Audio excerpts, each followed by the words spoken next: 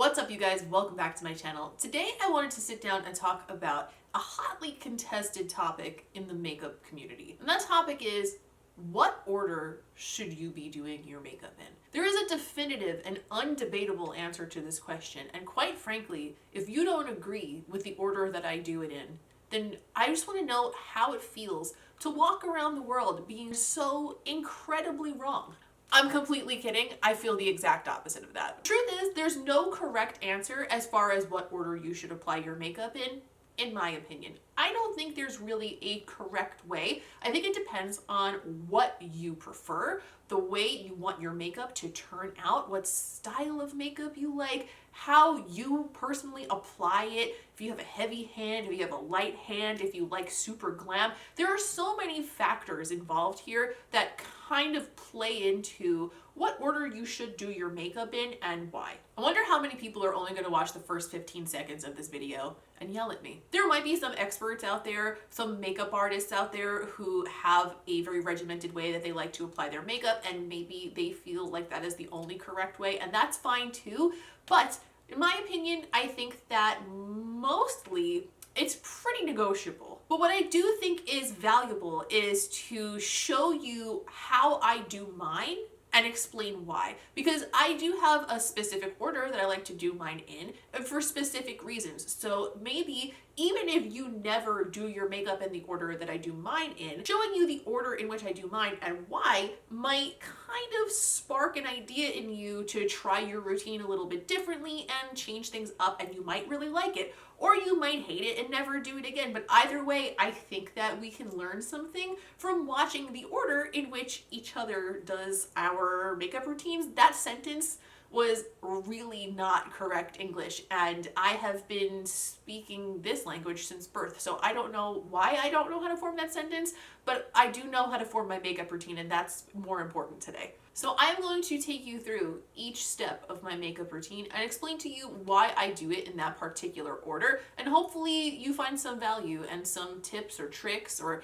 things that maybe you could change up to make your routine better. Or maybe you even have a way that you do it differently and you want to let me know why, and I would love to hear about that in the comments down below because I like learning from you guys too. Before we get into the order in which I do my makeup, please don't forget to subscribe if you're new around here because I would love to have you around for more videos. Generally speaking, I usually do tutorials, but figured I'd do something a little bit different today. Also, if you like this kind of a video, if you want to see me do more, if you just want to do me a favor, leave a like because it is very helpful to me and I would very much appreciate it. As I did the makeup, I wrote down the steps that I did, and I'm realizing right now that that is actually, that's a lot. That's so many steps. So therefore, I'm gonna shut up so we can get into it because we got some things to get through. So the first step is pretty obvious. The first thing that I do when I'm going to start my makeup routine is apply primer. Right now, I've been using the Good Molecules silicone-free priming moisturizer. I like it a lot. It's very, very light. I am actually almost out of it, so I need some more. The next step is also fairly predictable, and that is foundation. I like to, right now, apply my foundation with a brush. For a long time, I was a blending sponge ass bitch, and I also had been doing my entire routine with a Blendiful for a while, but right now, I'm just in a mood where I've been using a brush, and it's working well for me, and I'm going to continue to do so. Once the base of my foundation is down, I like to even out the entire face and get it ready for the next steps by applying my eye primer. The reason I like to do my eye primer next is because I find that if I apply it right after my foundation, I can kind of just tap it in around the edges and make sure that it's blended very seamlessly into the surrounding areas. And I also like to bring it up right into like the lower portion of the hair of my eyebrows because I find that that helps my eyebrows stay on better throughout the day. And then I also don't need to edge my eye primer up underneath the eyebrow and possibly screw up the shape that I got when I filled them in initially. However, eyebrows are not, in fact, the next step that I take. After I apply my eye primer, I like to go in with my bronzer. And the reason that I do this, and I mentioned this in the lighter base routine that I did recently as well, is I like to take my bronzer up onto my forehead and I blend it directly through my eyebrow hairs, right down onto my brow bone. I also put it across my nose, a little bit of it on my cheeks. I put it in all of the places where the sun hits your face, through the hairline, all of that. but the reason I do it before the step of my brows is because that way I can actually just blend it over my face in like an even coat where it would get hit by the sun without having to worry about smudging my eyebrows after I've already drawn them on. Next, I like to go ahead and fill in my brows. And the way that I personally fill my brows in is I like to fill the front in with like hair strokes and then kind of carve out the tail on the end. I usually do this with a pomade. Right now I've been using Anastasia DIPROW. Sometimes I use the Kat Von D one. Sometimes I use the very, very long wear brow gel stuff from Urban Decay. What's it called again? Hold on, I have it right here. The Urban Decay Inked Brow, but regardless of which product I use it exactly the same way. Once I move on from the brows, it's time to start my eyeshadow. Now, since my primer has been sitting for a little bit, it has had some time to dry down most of the way and not be as sticky.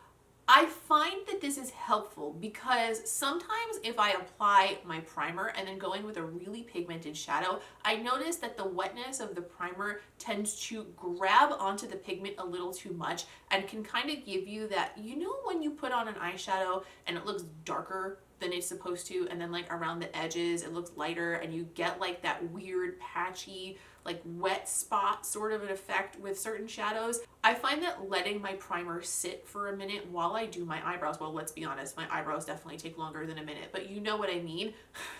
I find that if I do that, the primer is still like a nice stickier base than my skin would have been, but it's not so wet and sticky that it fucks up my eyeshadows.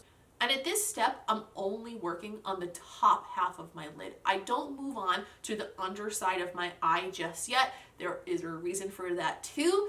After I do the top half of my eyeshadow, I like to move on to under eye concealer and powder. I like to do my concealer before I start my under eye shadow because I do not like trying to apply my concealer after my under eye shadow and blend it into the blend and not screw it up. I never find that I can get as seamless a look if I do it after my shadow. I also powder at this point before I start putting my eyeshadow underneath my eye. But what I like to do is try to put it in like the triangle area, but avoid the direct under eye area, so that way the powder doesn't interrupt the pigmentation that I get from the shadows, but it does set the under eye and protect it enough to A, catch the fallout, and B, stop the concealer from lifting off of my cheek if I just happen to touch it with my hand while I am applying my under eye shadow.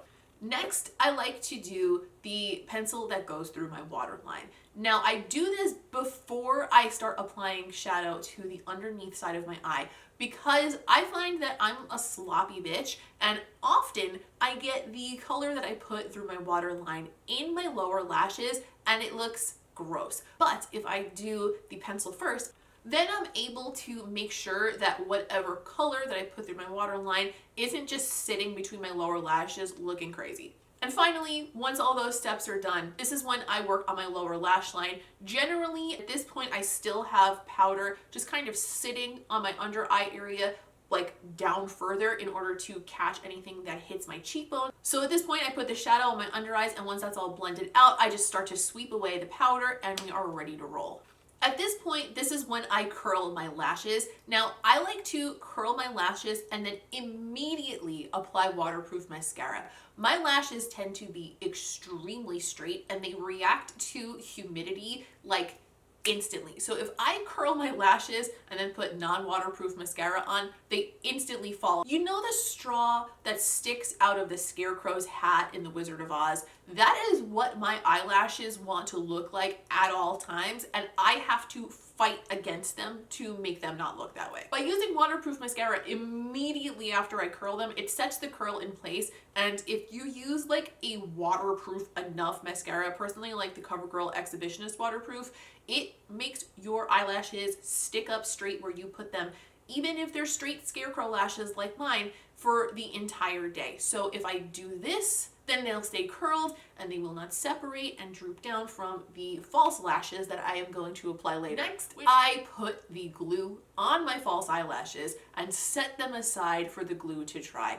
I wait a hell of a long time for my glue to dry. I like my glue to be almost too dry before I put my lashes on my eyes. So while I'm waiting for my glue to dry, I move on to finishing my skin, and the next step that I take is highlight.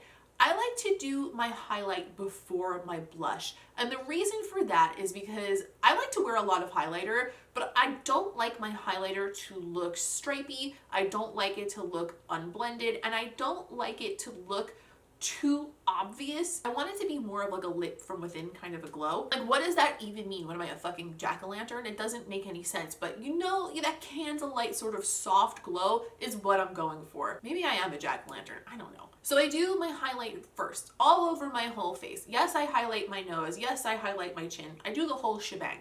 But then I take my blush and I go back over my cheeks after my highlight with my blush. I find that that gives more of that softness, that lit from within jack-o'-lantern-esque glow that we talked about, and it just kind of makes everything come together more seamlessly, because it's like you're blending your highlight and your bronzer in together by using your blush. Like, everything comes into like a soft blendy package at this point, rather than turning you into a carton of Neapolitan ice cream.